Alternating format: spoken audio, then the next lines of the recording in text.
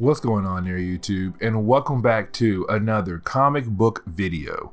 This is the channel where we sit down and cover different comic book stories from different comic book companies. Today, we're going to jump back over to IDW and finally continue our coverage over the Teenage Mutant Ninja Turtles. And we're going to pick up with the Krang War. This book right here is the first time the Turtles will run into Krang, their second villain in their universe. So, can the Turtles handle a war but on a different planet? So if you do like today's comic book video, please hit that like button down below and also subscribe to the channel for more content to come in the near future.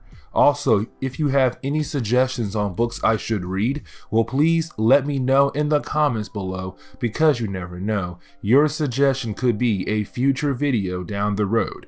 But I do hope you enjoy today's video. So finally getting back into the Turtles, we pick up with the planet Neutrino. I hope I pronounced that correctly. Remember that this is the planet General Krang is trying to take over. Also, while Krang is trying to take over the planet, well, you have the Neutrino resistance trying to fight back, but of course they are failing. So you have their King Splinter tell his soldiers that they need to find Professor Honeycutt. If you saw my Futuretoid video, I hope I pronounced that correctly, we learned that Honeycutt was a guy from this planet that was working with General Krang, hoping to stop Krang, except he couldn't. So he transferred his mind into his Futuroid robot and escaped to Earth. He then changed his appearance to look like a human, and he changed his name to Chet Allen. So now King Splinter and the leader of the resistance goal is to find Honeycutt and bring him back and have him finish a weapon that could help them win the war. Now, shifting the focus onto the Turtles, we see the Turtles hanging out in their new base, which is underneath a church. This is picking up after the Blood Brother storyline. That is something important to mention because at the end of that story, well, Leonardo had to kill off another mutant animal known as Slash. Slash being a snapping turtle that was mutated. Leonardo was not used to killing, so it bothers him. Also, for Michelangelo, his friend Woody was injured by Slash, and Woody doesn't want to see Michelangelo at all. So with that all being said, well, this is Splinter looking back at everything that has happened so far in this run. He thinks it is time to call a family meeting to help everyone move on from things that are bothering them, stating with things about to get worse for them with new enemies popping up left and right. They need to prepare themselves both mentally and physically. He gives some encouraging words to help the Turtles, April and Casey, but now it is time to learn more about Stockman and his company StockGen is trying to do with mutated animals. So April has an idea. She knows one person who may be able to give more information about StockGen. Of course, that person being Chet Allen, aka Honeycutt, the professor trapped inside the body of a robot. Now, picking up with Krang himself, we see him right now with Stockman as they teleport to the planet Neutrino. The reason why they came here is for Krang to show Stockman what he is capable of. Remember that Krang is the one who is trying to conquer Neutrino and also have the Neutrino people give over Honeycutt because he thinks that they have him. So this is him showing Stockman that he is a very powerful person who should not be taken lightly. Then they leave to go back to Burlow Island, which of course is the island he controls back on Earth.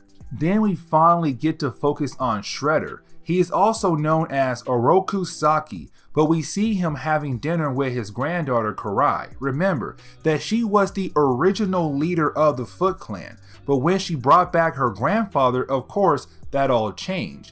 Now she is second in charge, but Oroku Saki wants her to bring in Leonardo and make him the new second in charge of his organization. You have Karai speak about how they need more of the mutagen for their other plans. Remember that mutagen is what Stockgen had produced that made the Turtles and other mutant characters take human form. So Karai is going to try to steal more of the mutagen, hoping it will please her grandfather. Skipping over to the park, we see April meeting up with Chet Allen, and we know that Chet is of course Honeycutt, who had transferred his mind into a robot that was made to adapt to survive different situations. The reason why April is talking to Chet is hoping he will give up more information about the mutagen. Remember that April was only supposed to be an intern there at Stockgen, but with her being there, she learned the company's true motives. Now Chet has no idea that April has been hanging out with the Turtles and knows a lot more about the mutagen. Chet does not want to tell her because, one, he is trying to protect her, but also she could ruin his plans to stop Stockgen and Krang. Except that is the moment where Neutrino Resistance teleports out of nowhere. And of course, they are here for Chet Allen because they know that he is Honeycutt in the body of a robot. Before they are able to talk to him more, the Turtles and Casey Jones appears because they were hiding out in the shadows just in case something happened to April. This of course starts a whole battle between the two sides as they are fighting over Chet Allen. Sadly, this is the moment you have the leader of the resistance tell his people to teleport him and his group back to their base on their planet. Except the Turtles are also teleported with them as well. So the Turtles get to go on an alien planet for their new adventure. Chapter 2 opens up with the Turtles and the resistance trying to dodge the attacks coming from Krang's army. For the Turtles, they have no idea what in the world is going on at the moment, because you have to remember the Turtles are like us. They are slowly learning everything that is going on around them just like we are. They have no idea about this war that is going on between Krang and the resistance. Now once they are able to get away somewhere safe, you have Leonardo demand the leader of the resistance to finally tell them everything that is going on. Except before we get to see them learn anything, well, you had a story switch over to April and Casey Jones going back to the home of the Turtles to tell Splinter that his sons are now missing. Splinter is confused about what happened, but they tell him that the Turtles just randomly teleported away. Now April and Casey calm Splinter down because they know the Turtles will somehow come back to them, but April points out that they should do more investigating. In her one-shot book we covered, April saw some of the stone man Krang had made for his army. So when she saw the resistant people, who to her look very strange, she thinks those men must be working for Stockgen, the shady company she interns at. Getting back to the Turtles, you would think that this is the moment we see the Turtles kind of catch up with us and learn what is going on at the moment. Except now, they are being attacked again by Krang's army. This moment is a funny moment, but a cool moment for the Turtles, and Michelangelo needs this moment to cheer him up after losing his friend Woody. The reason why I say that is because the princess of Neutrino, I have a hard time saying this name, gets kidnapped. So everyone from the resistance is freaking out because they know they have to save her. So you have Michelangelo showing off his skills and being able to save her to bring her back to the group. Except that is when the princess tells us, the Turtles and the resistance, that even though they got her, Krang's army was able to get her parents, the king and queen. Back to April and Casey, we see April go back to Stockgen, where she runs into another character named Lindsay. Now Lindsay is one of the scientists who actually knows the true motives of Stockgen. You have April pretend that her internship was a cover story so she can work in secret on projects for Stockman. Now April is thinking the Resistance has connections to StockGen, and she is hoping to get a lead to find the Turtles and Chet Allen. Lindsay tells April that she is not Chet's caregiver, but thinks he could be on Burlow Island. Of course, the home base of Krang and Karai overhears this, and she is still trying to find some more mutagen for the Foot Clan. Getting back to the Turtles, this is the moment where we see Chet Allen reveal to the Turtles that he is a robot that has the mind of Professor Honeycutt, which of course the Turtles are shocked to see, but this is the moment he tells the Turtles everything. He explains that they are in Dimension X, and the planet they are on right now is Neutrino. The people of this planet are being attacked by Krang. Krang belongs to a different race, and they are from Ultraminion. The people of Ultraminion were a strong military force whose goals were to rule all of Dimension X. There was a point when Honeycutt was captured by them, but when he was working for them, he found out they were overusing a certain kind of ooze that led to their world being inhabitable. The king of Ultraminions, the father of Krang, died, which of course put Krang in charge, except Krang took the surviving members of his people, escaped to Earth on Burlow Island, where he keeps his people in stasis with the ooze they have left. Except you have Honeycutt, who explained that now Krang's goal is to change the Earth to be more habitable for his people, completely changing the Earth. He had a device in mind, and Krang made Honeycutt work on it for a long time. Except when the Resistance tried to save Honeycutt originally, the rescue plan almost failed, and luckily he transferred his mind into the robot to escape to Earth. When he got to Earth, he continued to work for Krang at StockGen, but hoping to bring down Krang from the inside. This is the moment you have Krang make an announcement on the big screen, where he tells everyone on the planet that he has captured the king and queen of this planet. He plans on killing them unless he gets Professor Honeycutt from the Resistance. So basically trying to force the Resistance to give up, because he knows they care for their king and queen so much they may do it. So after the announcement was made by Krang, we see some tempers beginning to flare up since they now know the king and queen lives on the line. Except you have the leader of the Resistance calm everyone down and then proceeds to think of a plan to save the king and queen. That is when you have Professor Honeycutt state that it would be best for him to go ahead and give himself over to Krang to save the king and queen. Of course, everyone says no because they know Krang won't keep his word, but also if he gets Honeycutt, he will win this war. So you have the leader of the Resistance and the Turtles agree on a plan where Honeycutt will stay behind to finish a hidden weapon the Resistance was working on, while two groups go to save the king and queen, one being a distraction while the second group sneaks in to save the day.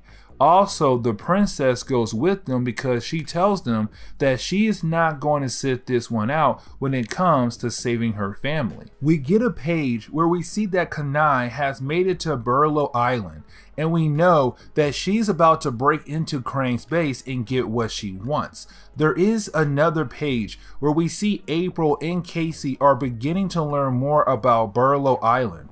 And with them learning about Burlow Island, it gives the chance to find out about Krang and how Krang was able to take over an island without any news reporting about it. We get another set of pages where we see Krang kind of mocking the king and queen of Neutrino, just him thinking that he won already, and then another page to see Kanai being able to sneak into the base of Krang and forcing one of the guards to actually help her find the room that is holding the mutagen. Now, focusing on Donatello, this story really is going to give this character some form of character development. Not at this moment, because it is just Honeycutt and Donatello going to a lab before they are able to work on the secret weapon. They want to fix the speaking box for Honeycutt since he is in a robot body. Donatello is super excited about getting the chance to work on a robot. Shifting the focus back on the rest of the Turtles and the Resistance, well, we see that Leonardo and Michelangelo will be sneaking in with the second group, while Raphael and some of the other people from the Resistance will be leading a charge from the front to give the second group a chance to sneak in. Now, of course, the princess wants to go and help the second group sneak in since her parents are the ones captured. So we see her holding a gun and she is ready to go.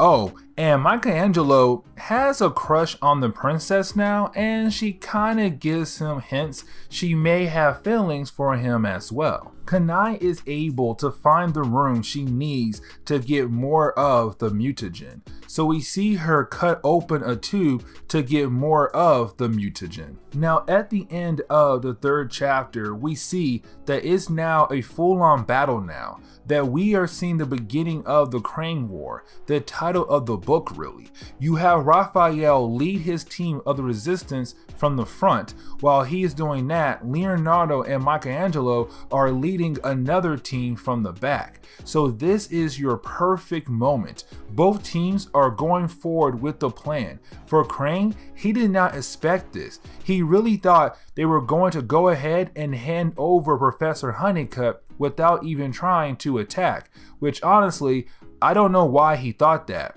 Either way, the Krang War has finally begun, and it leads to an interesting fourth chapter. So with the fourth chapter, like I said, this is a full-on battle now. We get a ton of pages to show us this epic battle between everyone. We even see at first the Turtles are actually winning somewhat. They are able to get an edge in the battle. Seems like they have Krang on the ropes. But of course, for the sake of the story, we can't have them easily winning this battle so early. So we see Krang being able to get an edge on them and actually start throwing around Leonardo and Michelangelo like they're just paper.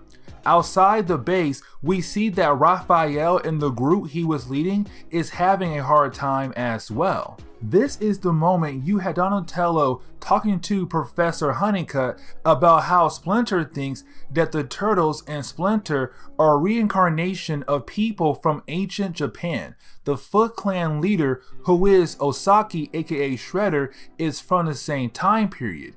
That when they all died, they were given new lives. Except Splinter and the Turtles got new lives as animals. Shredder is the one who killed Splinter and the Turtles when they were humans in their past lives. Donatello thinks there is no way that is true because there is no scientific proof. Honeycutt says it's crazy not to believe something until it is proven with science. You also have Honeycutt tell Donatello that the secret weapon is ready to go. There is a page where we see that Kanai was able to escape with a sample of the mutagen for their future plans. So there is that for the Foot Clan. But also the soldiers at Burtlow Island of course found out after she left. So that is a huge fail for them. Chapter 4 continues the trend of us seeing the Krang War. We really focus a lot of pages to show how great of a fighter that Krang is, which to me I feel like the Turtles should be able to handle this guy with ease. Of course, for the sake of the story, they have to let this man be able to go one-on-one with them. So we do see the Turtles being able to cut off one of Krang's arms, but then he bounces right back, sending Leonardo and Michelangelo flying across the room. So it is not looking good for them. Outside, it is the same thing for Raphael and his group because Krang released some Megazord looking thing. And of course, they are having a hard time dealing with that thing. Now this is the moment you have Donatello and Honeycutt release their secret weapon. This weapon is a simple plan that cancels out the weapons that Krang's army is using. Since Krang weapons are all on the same frequency, they were able to cancel them all out at once. So you would think the day is saved now with that happening. Except when Honeycutt and Donatello get inside the base to join the rest of the group, well, Krang weapons were not on the same frequency, meaning that he can kill his hostages right now, and that is Michelangelo. The only way to save Michelangelo is to hand over Honeycutt, which you have Honeycutt go ahead and agree on leaving with Krang to save the lives of everyone to stop this war. You would think that Krang would attack them even after he was able to get Honeycutt, except he doesn't. He actually leaves and goes away. And so the book ends with everyone okay with Honeycutt being taken away, I guess, because they did save the king and queen. So you have the turtles being able to teleport back home to their Earth, where it seems everything is okay for now. You have April and Casey Jones there to greet them. The book closes with Splinter just happy to see his son return home safely. Up next, we learn more about the origin of some of the bad guys now, starting with Krang himself. And this is where we are going to end today's video. So please hit that like button down below and also subscribe to the channel for more content to come in the near future. Also, any suggestions on books I should read? Well, please let me know in the comments below, because you never know, your suggestion could be a future video down the road. But I do hope you enjoy today's video.